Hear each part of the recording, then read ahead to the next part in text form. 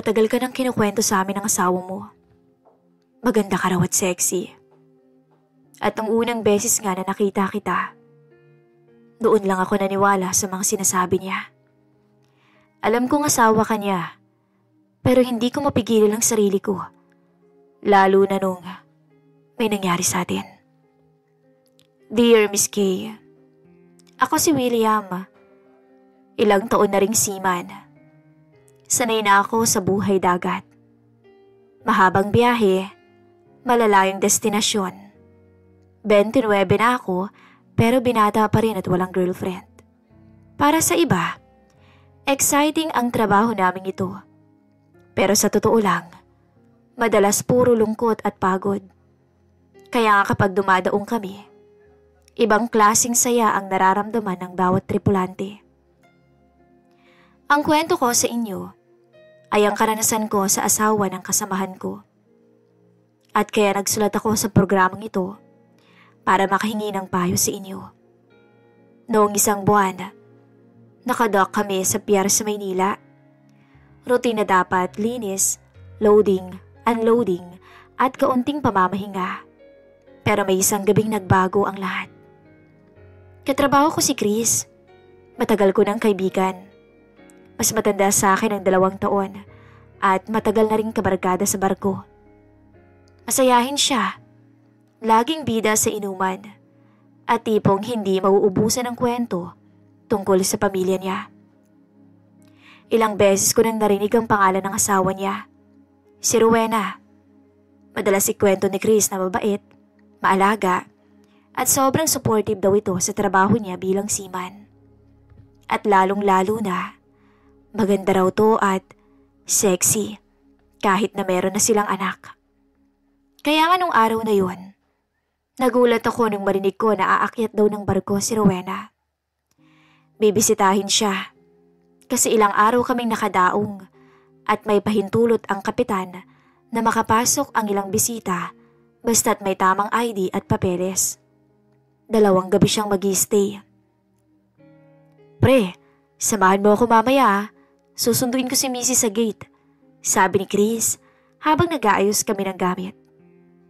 Ngumiti lang ako at tumango. Sa isip ko, gusto ko ring makilala ang madalas niyang ikwento. At doon ko siya unang nakita. Si Rowena. Nakasuot ng maong short at puting blouse. Nakalugay ang buhok. At may magandang ngiti sa labi. Ang lakas ng dating, kaya siguro tinablan ako kaagad. Halos natigilan ako nung nag-abot siya ng kamay para makipagkilala. Pre, siya nga pala si Rowena, misis ko. Proud na sabi ni Chris. Hello po.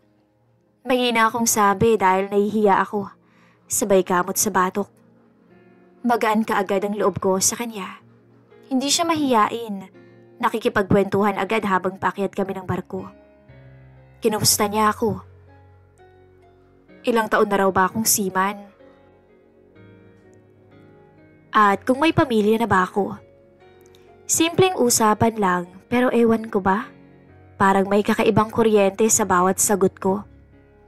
Sa gabing yon, nag-inuman kami sa mess hall kasama ang ilang crew. Nandoon si Chris. Masayang pinapakilala si Rowena sa lahat. Tawanan, kantahan, simpleng banding lang sa barko. Pero habang tumatagal, napansin kong palaging tumatama ang tingin ko sa kanya. Mga bandang 11:00 ng gabi, lasing na si Chris. Siya ang unang bumigay sa alak. Inalalayan namin siya papunta sa cabin niya at doon na siya nakatulog agad. Naiwan ang misis niya sa mess hall at ako naman ay hindi pa rin dinadalaw ng antok. William, salamat ha. Nakakainis tong si Chris eh. Alam naman niyang nandito ako uminom pa ng sobra. Alam naman niyang mababa lang ang tolerance sa alak. Sabi niya habang umiinom ng tubig. Wala yun, sagot ko. Nagkatahimikan sandali. Nasa labas kami ng mess hall sa deck.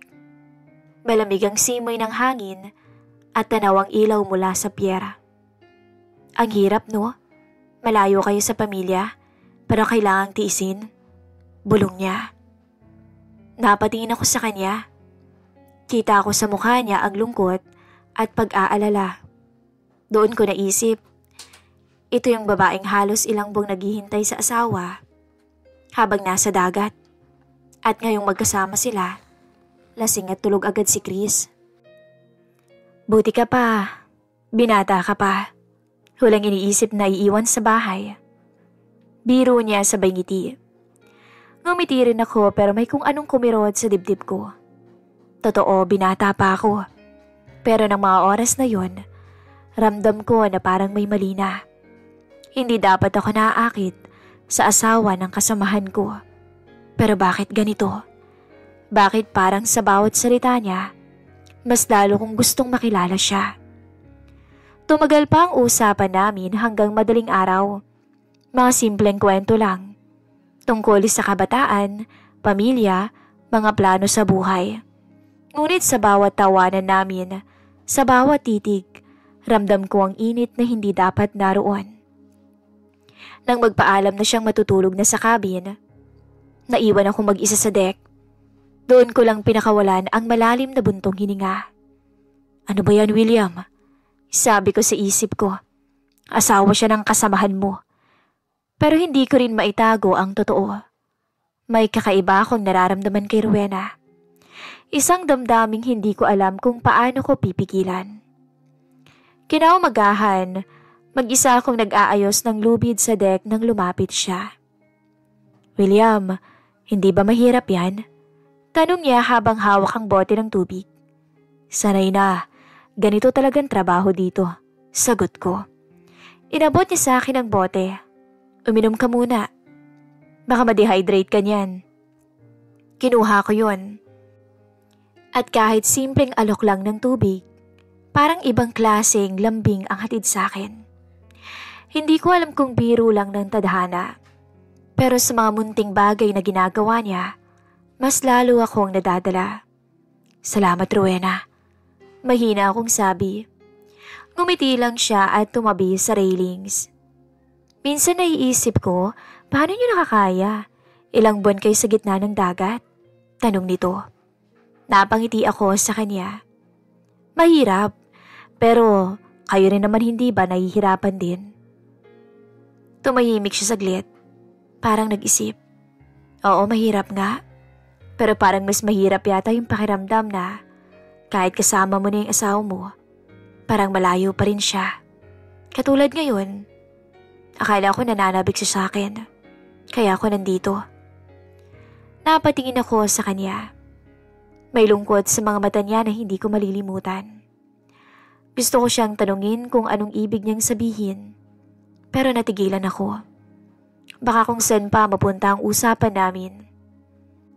Bukas, aalis na rin naman siya. Ngayong gabi, nag-organize ng maliit na salo-salo ang kapitan para sa mga crew at bisita.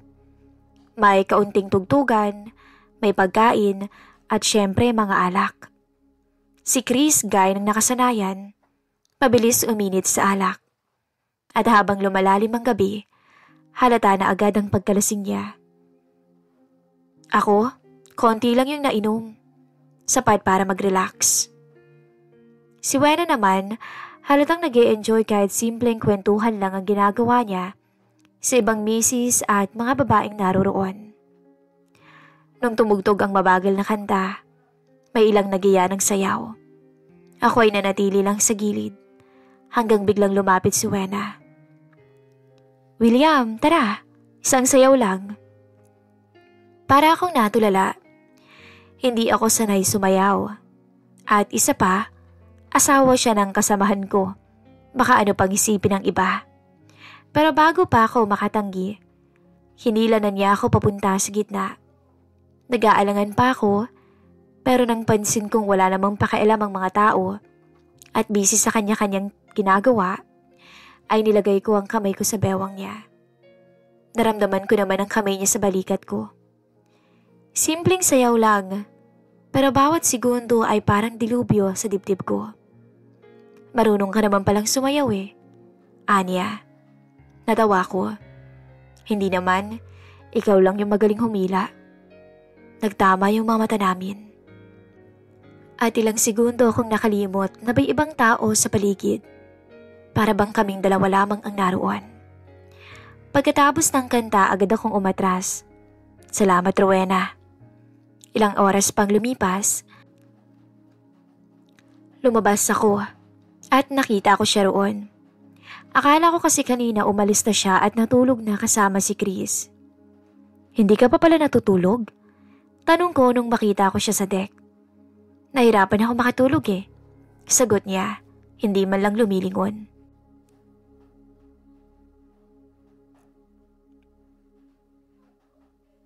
Kanina, habang sumasayaw tayo, naramdaman ko na matagal na akong hindi ganun kasaya. Hindi ko alam ang isasagot. Nanahimik ako pero ramdam kong may mabigat sa loob niya. William, daan-daan niyang sambit. Minsan naiisip ko kung tama pa bang maghintay palagi. Kung tama pa bang ibigay lahat kahit minsan hindi ko na nararamdaman yung dati naming pagmamahalan. Ha? Mahina akong tanong. Kung iniisip mong hindi ka mahal ni Chris, mahal ka nun. Sigurado ako. Proud nga siya sa'yo na ikaw ang asawa niya. Lagi ka nga niyang pinagyayabang sa amin kung gaano ka kaganda at... Napatigil ako. At? Tanong niya. At kasexy? Sabi ko. Gano'n naman na siya dati pa. Pang-display ako para sa kanya. Pampataas ng ego. Pero ang tanong, mahal pa ba niya ako katulad ng dati? O pang-display na lang talaga niya? Kung mahal niya ako, di ba dapat namimiss niya ako? Pero pucha, William, aalis na lang ako bukas. Pero wala pang nangyayari sa amin. 2 gabi ako dito pero lasing lang siya. Ano sa tingin mong iisipin ko? Tumulo ang luha sa gilid ng mga mata niya. At ako, na hindi dapat, ay biglang napalapit. Hinawakan ko ang balikat niya. Hindi ko alam ang sagot dyan pero ang alam ko, mahalaga ka, sabi ko. Nagtagpo ang mga mata namin. Doon ko naramdaman na malapit na akong bumigay. Bago pa ako matukso, agad na akong tumayo. Pero bago pa ako makalakad ng palayo, pinigilan niya ako. At bigla niya akong hinalikan.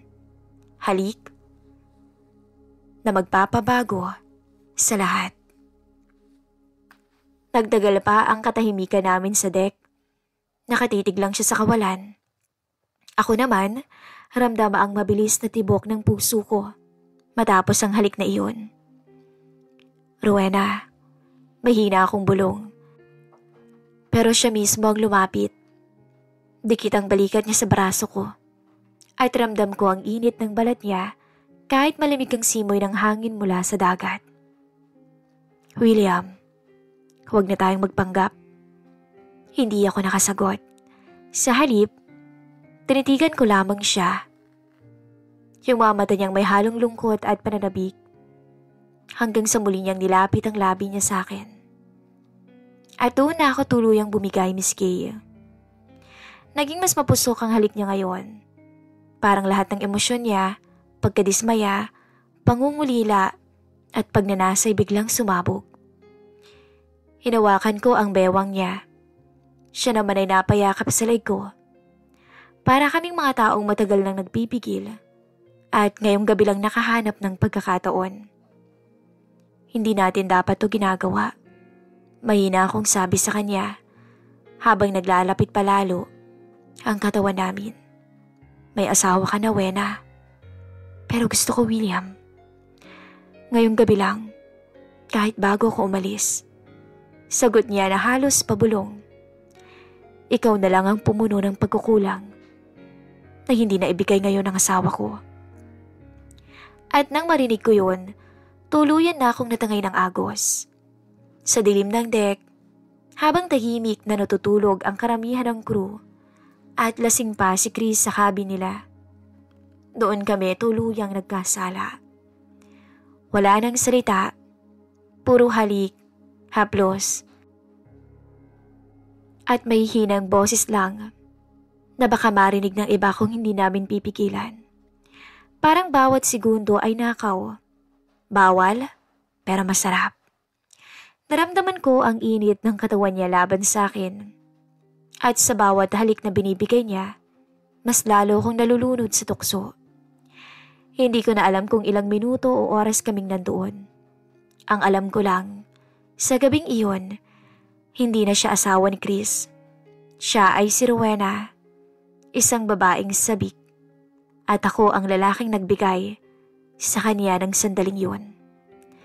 Nang matapos, magkahawak pa rin ang kamay namin, parehong hinihingal at walang masabi. Salamat, William. Bulong niya. Ngayon lang ulit ako nakaramdam na babae pa rin ako. Hindi ko alam ang isasagot. Gusto kong sabihin na mali ito, pero gusto ko ring iparating na special siya para sa akin. Sa huli, tumangulang ako at hinawakan ng mas mahigpit ang kamay niya.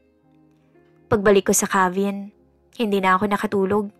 Paulit-ulit sa isip ko ang halik niya. At ang katotohanang may nangyari nga sa amin. Kinabukasan, maaga siyang nagayos ng gamit. Tahimik kaming nagkatinginan habang naglalakad siya kasama si Chris palabas ng barko. Sa huling sandali bago siya bumaba, nilingon niya ako at ngumiti ng tipid. Wala man siyang sinabi, sapat na ang ngiting yon para malaman kong baka yun na ang huli at naiwan akong naguguluhan. Kung simpleng tukso lang ba yun o simula ng isang lihim na hindi na namin mababalikan. Matapos ang gabing iyon sa barko, akala ko tapos na ang lahat. Isang pagkakamaling dapat hindi na maulit. Pero 2 linggo ang lumipas. At isang gabi, pagkatapos ng duty ko, biglang may nag-notify sa cellphone ko. Galing kay Rowena. Kumusta ka? Tanong niya. Ayos lang, ikaw? Hindi maayos eh. Mag-aaway na naman kami ni Chris. Naiinis na ako sa kanya. Huminga ako ng malalim. Hindi ko alam kung dapat pa ba akong sumagot. Pero nag-type pa rin ako. Magkakaayos din kayo niyan. Hindi naman mawawalang away sa mag-asawa. Akala ko simpleng payo at kumustahan lang. Pero doon na nagsimula ang sunod-sunod na chat namin. At habang tumatagal, lumalalim ang usapan. Hanggang sa naging gabi-gabi at tinawag na nga naming night chat. William, minsan iniisip ko, bakit ba ako naghihintay pa kay Chris kung wala naman na siyang pakialam? Rowena, wag mong sabihin yan. Mahal ka ni Chris. Sagot ko. Mahal? O baka naman sanay lang siya na nandyan ako. Alam mo ba ang totoo? Mas buhay ang pakiramdam ko kapag ikaw ang kausap ko. Sabi niya. Napatitig ako sa screen. Paano ko naman sasagutin yun? Pero bago pa ako makapag-isip, nag-type na ulit siya. Basta pagbaba mo sa barko, magkita tayo ha? Oo naman. Pero baka kasi malaman ni paring Chris. Sabi ko. Hindi niya malalaman, William. Hindi na ako nagpakipot pa noon, miski. Sige, kung ganun di humanda ka. Namiss kita eh. Oo naman, akong bahala. Sagot niya. Doon na nagsimula ang kasunduan naming lihim. Delikado, pero masarap sa pakiramdam. Habang abala si Chris sa barko, gabi-gabi akong nakikipag-chat sa asawa niya. Minsan habang naglalaro siya ng baraha kasama ang tropa, ako naman ay nakatitig sa cellphone ko. Pinipilit itago ang ngiti sa mga banat ng asawa niya. Minsan napapansin na nila na lagi akong dot-dot ng dot-dot sa phone ko. At sinasabi nilang meron na raw siguro akong girlfriend. Pero hindi nila alam ang totoo. Namimiss na kita. Chat minsan ni Rowena. Mas namimiss kita. Sagot ko. Hindi ba delikado? Baka mamaya mabasa ni Chris. Huwag kang mag-alala. Marunong akong magtago, no? May kasunod pang emoji na parang nakakaloko. Dumating Miss Kay, yung araw ng aming pagkikita. Ewan ko ba bakit kabado ako. Bandang 8:00 ng gabi, nagkita kaming dalawa. Nakatayo siya sa gilid ng kalsada, suot ang t-shirt at pantalon. Pero para sa akin, para bang siya yung pinakamaganda sa lahat. Akala ko hindi ka napupunta eh. Biro niya nung makita niya ako. Hindi ko kayang hindi no, sagot ko. Kahit anong mangyari, hahanapin at pupuntahan kita. Ngumiti siya at kinuruwat ako sa braso. Nambola ka pa. Tara na nga. Sumakay kami ng tricycle papunta sa isang maliit na, alam niyo na. Habang bumabiyahe, nagbibiroan kami para lang maibsan ang kaba. William, baka mamaya hindi ka marunong ha? Tukso niya. Ngumiti ako. Sus, napatunayan ko na nga yan eh. Tinapik niya ako. Loko ka? Pagdating namin, naupo siya sa gilid ng kama. Habang ako'y nananatili sa may pinto. Oh, bakit ka nakatayo lang dyan? Tanong niya. Natutorbe ako eh. Sagot ko sabay tawa. Lumapit siya. Nakatingin ng diretso sa mata ko. Siman ka pa man din tapos torpe. Kasi naman, mahina akong sabi. Hindi ka lang basta babae. Ikaw si Rowena, asawa ni paring Chris. Umiti siya ng pilya. Pero ngayong gabi, hindi ako asawa ng kahit sino.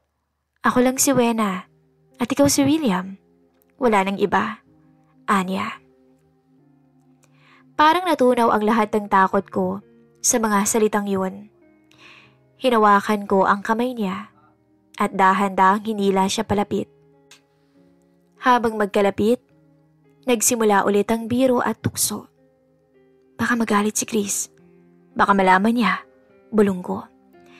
Di sasabihin kong nasa piling ako ng iba. Sagot niya sabay kindat. Loko ka. Lagot tayong dalawa. Natatawa kong sagot. Hindi niya naman malalaman kung marunong kang manahimik. Bulong niya, sabay dampi ng labi sa tenga ko. Napapikit ako sa kiliti. Grabe ka, Wena. Ngumiti siya. Yung pilya. Ayaw mo ba? Huwag mo nang tanungin yan. At doon, hindi na namin napigilan ng sarili. Ang halik ay naging yakap. At ang yakap ay naging mas matindi. Sa bawat biro, sa bawat bulong, mas lalo kaming nadadarang. Matapos ang lahat, nakahiga kami magkatabi. Parehong tahimik pero may ngiti sa labi. Nakatukod ang ulo niya sa dibdib ko habang hawak ko ang buhok niya. William, bulong niya. Masarap palang may kasabwat sa bawal.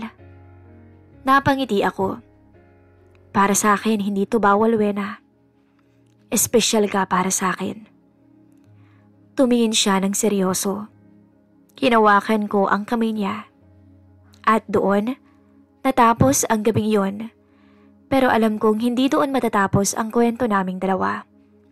Dahil kahit gaano kasikip o kalawak ang dagat, hahanapin at hahanapin ko pa rin siya. Kinabukasan, nagkita ulit kami. Alam kong mali pero hindi ko na mapigilan ang sarili ko miski.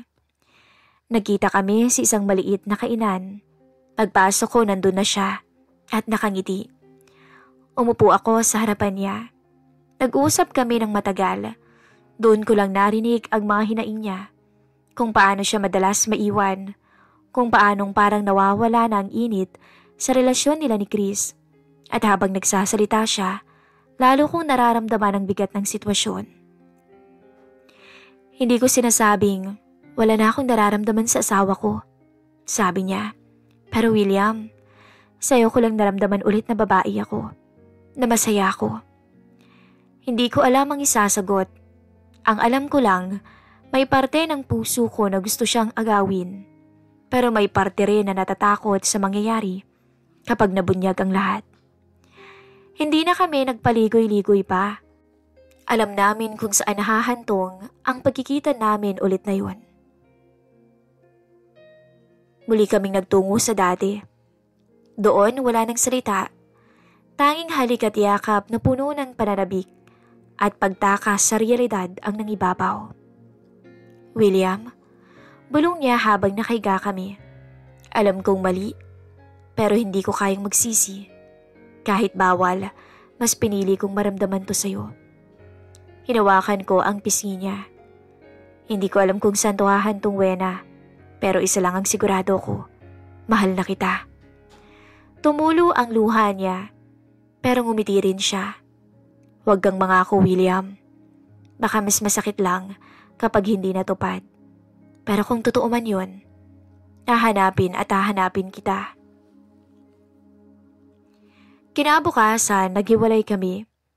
Umuwi muna ako sa pamilya ko at umuwi rin siya sa pamilya niya. Habang nasa bus pauwi ng probinsya, doon ko lang naramdaman ang bigat ng lahat. Sa loob ng ilang buwan na pag-uusap sa chat, sa bawat halik at yakap namin, ramdam kong may kaligayahan siyang matagal na niyang hinahanap. Pero sa bawat sandaling yun, ramdam ko rin ang konsensya dahil alam kong niloloko namin ang kasama ko, ang kaibigan ko, si paring Chris na naging malapit na sa akin. Alam ko namang mabait si Chris at alam ko ring mahal niya si Rowena dahil kapag kinukwento niya ang misis niya sa amin, kita ko sa mga mata niya ang kislap. At alam ko rin sa sarili ko na tinatraidor ko siya, na iniiputan ko siya sa ulo, na inaagaw ko unti-unti ang asawa niya. Ngayon, habang sinusulat ko ang kumpisal na ito, Miss Kay, hindi pa rin ako makapagdesisyon. Mahal ko na si Wena, oo. Pero asawa pa rin siya ng kasamahan ko. At bawat beses na naiisip ko si Chris, natatanong ko ang sarili ko. Ipagpapatuloy ko pa ba ang relasyon naming dalawa ni Wena kahit alam ko namang bawal at mali? O ito na ba ang huling pagkakataon bago pa kami tuluyang mahuli at masira ang lahat? Kaya ako narito ngayon, Miss Kay, dahil naghahanap ako ng payo sa inyo at sa inyong mga listeners. Ayokong ikuwento ito sa iba, kaya naman nagpasya ko na sa inyo na lamang ibahagi ang storya kong ito, na sana'y mabigyan nyo ng kasagutan. Hanggang dito na lamang po ang aking kwento. Nagmamahal, William. Kayo ba?